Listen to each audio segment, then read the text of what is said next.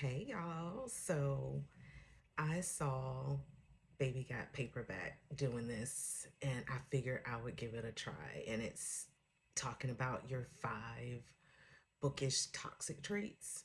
And I was like, oh my God, this, like she said, this was really hard and makes you feel vulnerable too. But okay, so I tried to narrow it down as much as I could.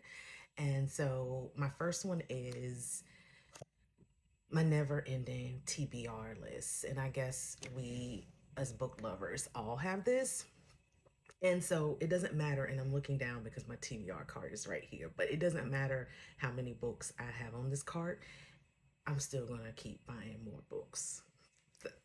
That's just, it's going to happen. It's going to happen. If I'm out thrifting or something like that and I see a book for 98 cents that I think I'm going to like, I'm going to buy it and it's going to be added right to the pile.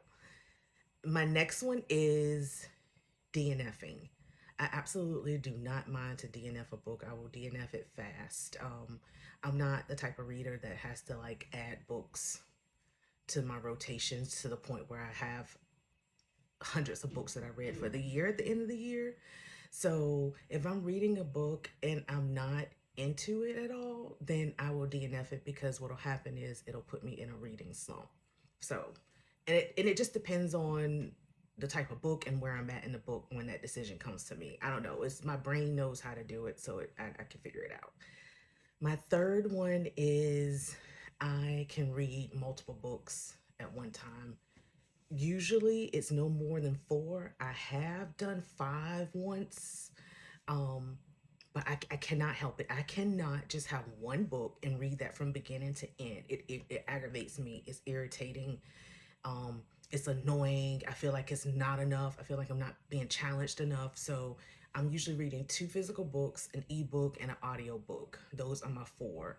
Um, and they are usually different genres. So it'll be a thriller, a horror, um, maybe romance. I've done two of the same genre one time and I was okay.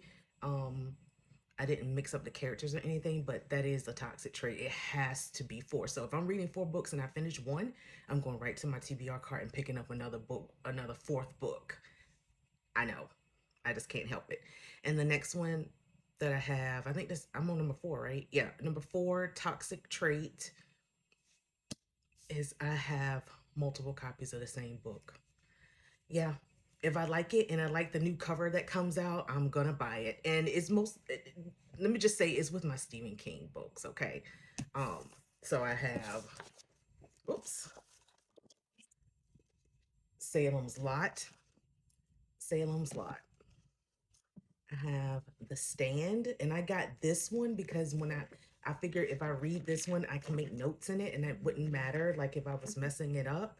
And then I got this beautiful edition here. These books are so heavy I can barely hold them. I got this beautiful edition here, and I, I just had to get it. And then I have two of Cujo, and then I also have two of Pet Cemetery. So toxic trait, I know. Yep, I can't help it. And then the last one is my appetite for extreme horror. Um, the bloodier, the better. The more extreme, the better. I mean, if I'm being honest, trigger warnings has nothing on me. I am one of those people that can pick up a book, and if it's horror or anything like that, I don't need you to give me the trigger warnings. Let's just jump right into the book, and I'm fine. I don't need to be warned about anything. If I'm reading horror or anything like that, it's sort of to be expected, but I didn't appreciate the author listing those for people who may need them. But for somebody like me, with my appetite for extreme horror, I don't need them. I'm gonna read it, and after I read one, I'm like dying to read another one. It just has to be back to back. I have to satisfy that.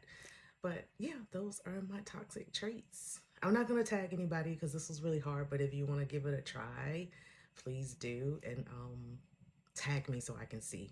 All right, talk to you guys later. Bye.